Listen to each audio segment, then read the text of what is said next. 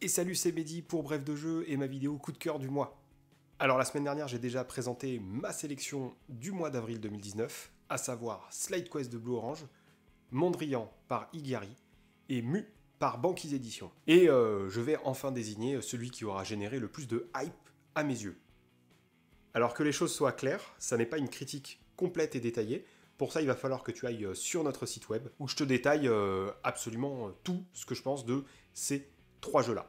Et je vais même te rajouter des petites variantes de règles. Le lien se trouve en description de la vidéo. Allez, c'est le moment de désigner mon coup de cœur du mois, car comme dans Highlander, il ne peut en rester qu'un. C'est parti!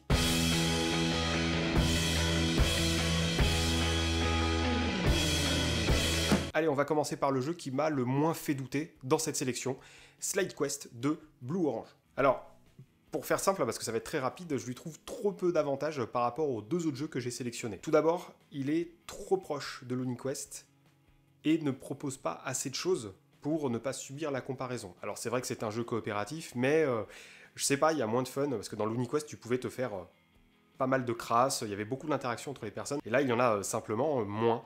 Donc c'est un petit peu dommage, ça va pas te sembler très rationnel, ni même constructif, mais quand je fais une partie d'un jeu de société, j'évalue si la chose est bonne ou pas avec mes tripes, avec les sensations que je ressens pendant une partie, pendant un tour de table, quand je manipule le matériel, que ce soit des cartes, un plateau, des pions, des jetons, etc. Et ben là, le frisson était pas au rendez-vous, frisson que j'avais ressenti en jouant à LuniQuest à l'époque.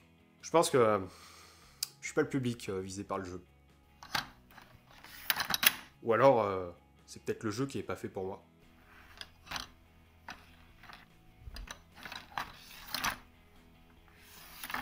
Bon, ou simplement que je suis une chèvre en matière de jeu d'adresse et de dextérité. Bref, pour résumer, un très bon jeu tout public, beau, bien fait, avec un matériel de qualité, un prix assez attrayant en fait, autour de 30 € pour ce qu'il y a dedans, c'est encore une fois très bon, mais qui ne se détache pas assez à mes yeux des autres jeux de la sélection. Alors, passons maintenant au deuxième jeu de ma sélection, Mu de Banquise Edition. Après plusieurs parties, j'y ai joué à 2, à 4 et à 5, le jeu est vraiment qualitativement assez blindé. Déjà, le premier point fort, c'est le draft que tu fais au début de chaque manche. Le simple fait de garder 2 cartes de côté au lieu d'une, comme tu peux voir dans Seven Wonders, ça te change pas mal de choses et ça rend la mécanique assez intéressante. D'autant que tu ne joues qu'une seule carte par tour et que la deuxième, en fait, tu la gardes dans ta main pour le tour d'après. Donc tu peux très bien faire de la rétention de cartes, tu peux très bien retarder le temps où tu vas la jouer en espérant d'avoir une bonne combo. Ensuite, deuxième atout, la rapidité de la partie.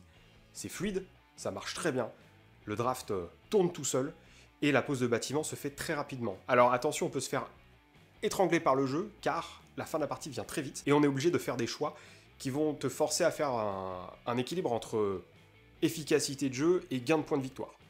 Ensuite, la phase d'affrontement, qui arrive à la fin de chaque manche de construction.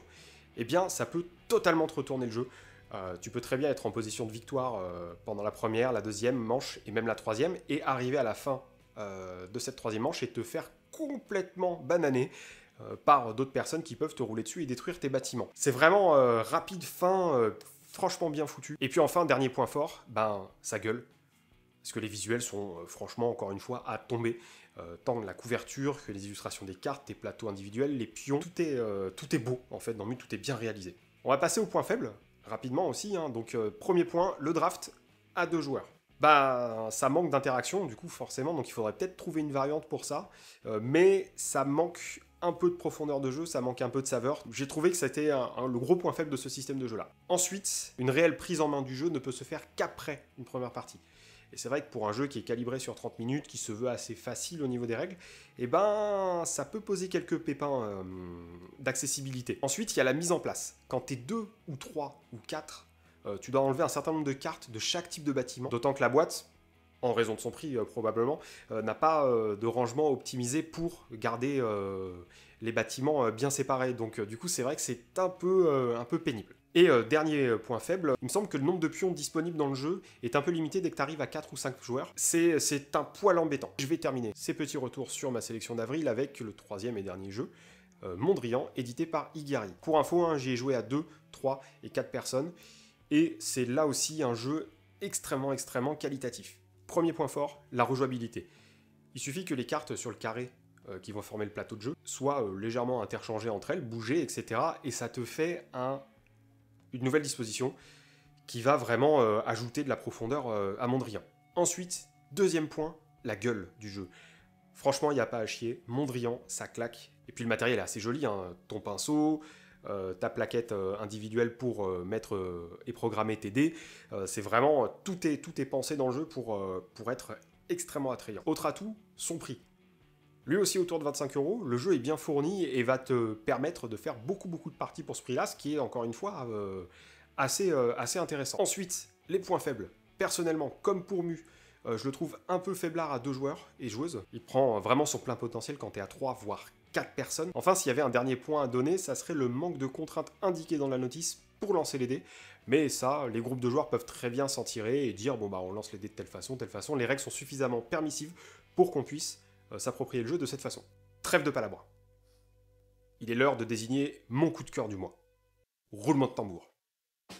Alors j'ai énormément hésité entre Mu et Mondrian, mais c'est bel et bien Mondrian qui remporte la palme qu'est ce coup de cœur d'avril 2019. Alors je t'ai expliqué les points forts et les points faibles de chacun des jeux, mais là maintenant je vais t'expliquer pourquoi c'est lui qui gagne et pas Mu. Eh bien Mondrian simplement gagne parce qu'il a réussi à me faire jouer plusieurs fois à un jeu d'adresse, et vu à quel point ce style de jeu me fait chier normalement, et ben c'est un sacré exploit.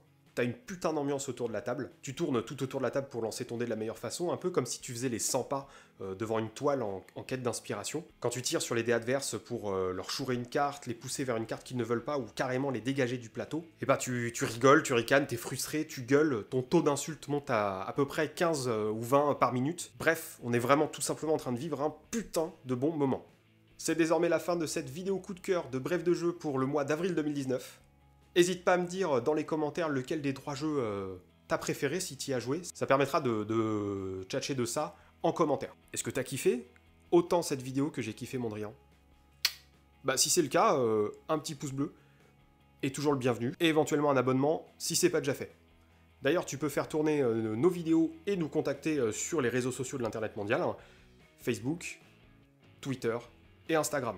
Comme d'habitude il ne me reste plus qu'à te souhaiter une excellente journée, soirée ou nuit, selon l'heure à laquelle tu m'écoutes. À la prochaine!